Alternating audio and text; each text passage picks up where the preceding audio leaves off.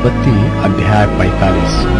उत्पत्ति अध्याय 45। तब यूसुफ उन सब के सामने जो उसके आसपास खड़े थे अपने को और रोक न सका और पुकार के कहा, मेरे आसपास के सब लोगों को बाहर कर दो। भाइयों के सामने अपने को प्रकट करते के समय यूसुफ के संग और कोई न रहा। तब वह चिल्ला चिल्ला कर रोने लगा और मिस्रियों ने सुना और फिरौन के घर के लोगों को भी इसका समाचार मिला। तब यूसुफ अपने भाइयों से कहने लगा, मैं यूसुफ हूं, क्या मेरा पिता अब तक जीवित है? उसका उत्तर उसके भाई न दे सके क्योंकि वे उसके सामने घबरा गए थे। फिर यूसुफ ने अपने भाइयों से कहा, मेरे निकट आओ। यह सुनकर वे निकट गए। फिर उसने कहा, मैं तुम्हारा भाई यूसुफ हूं जिसको तुमने मिस्र आनेहारों के हाथ बेच डाला था। अब तुम लोग मत पछताओ और तुमने जो मुझे यहाँ बेच डाला उससे उदास मत हो, क्योंकि परमेश्वर ने तुम्हारे प्राणों को बचाने के लिए मुझे आगे भेज दिया है। क्योंकि अब 2 वर्ष से इस देश में अकाल है और अब 5 वर्ष और भी ऐसे ही होंगे कि उसमें न तो हल चलेगा और न अन्न काटा जाएगा। सो परमेश्वर ने मुझे तुम्हारे आगे इसीलिए भेजा कि तुम पृथ्वी पर जीवित रहो और तुम्हारे प्राणों के बचने से तुम्हारा वंश बढ़े।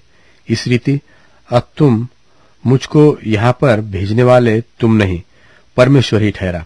और उसी ने मुझे फिरौन का पिता सा और उसके सारे घर का स्वामी और सारे मिस्र देश का प्रभु ठहरा दिया है।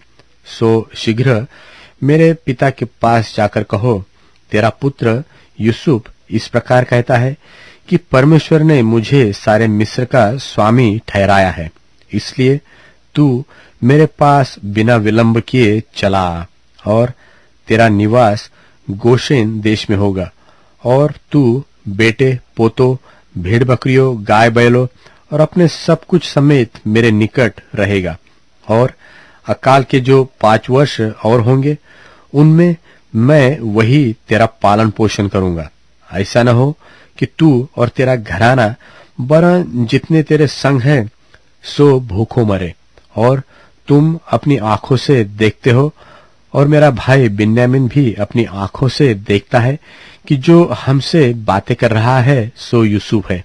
और तुम मेरे सब विभव का जो मिस्र में है और जो कुछ तुमने देखा है उस सब का मेरे पिता से वर्णन करना और तुरंत मेरे पिता को यहाँ ले आना। और वह अपने भाई बिन्यामीन के गले से लिपट कर रोया और बिन्यामीन भी उसके गले से लिपट कर रोया।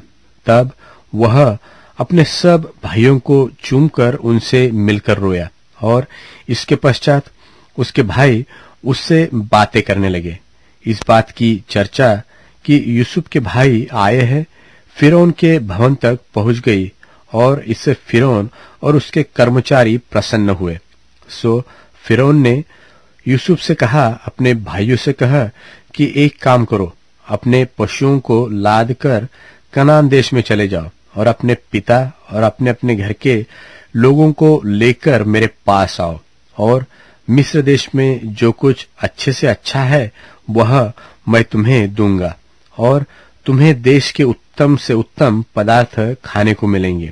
और तुझे आज्ञा मिली है, तुम एक काम करो कि मिस्र देश से अपने बाल बच्चों और स्त्रियों के लिए गाड़ियां ले जाओ और अपने पिता को ले आओ और अपनी सामग्री का मोह न करना, क्योंकि सारे मिस्र देश में जो कुछ अच्छे से अच्छा है सो तुम्हारा है। और इस्राएल के पुत्रों ने वैसा ही किया और यूसुफ ने फिरौन की मान के उन्हें गाड़ियां दी और मार्ग के लिए सीधा भी दिया।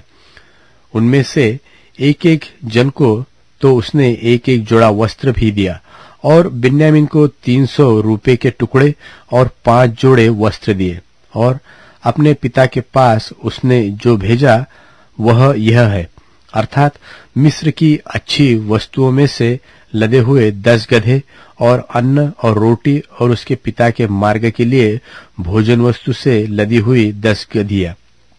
और उसने अपने भाइयों को विदा किया और वे चल दिए। और उसने उनसे कहा, मार्ग में कहीं झगड़ा न करना। फिर मिस्र से चलकर वे कनान देश में अपने पिता याकूब के पास पहुंचे और उससे यह वर्णन किया कि यूसुफ अब तक जीवित है और सारे मिस्र देश पर प्रभुता वही करता है। पर उसने उनकी प्रतीति न की और वह अपने आपे में न रहा। तब उन्होंने अपने पिता याकूब से यूसुफ की सारी बातें जो उसने उनसे कही थी कह दी। जब उसने उन गाड़ियों को देखा जो यूसुफ ने उसके लिए आने के लिए भेजी थी, तब उसका चित्त स्थिर हो गया और इस्राएल ने कहा, बस मेरा पुत्र यूसुफ अब तक जीवित है, मैं अपनी मृत्यु से पहले जाकर उसको देखूंगा। जाकर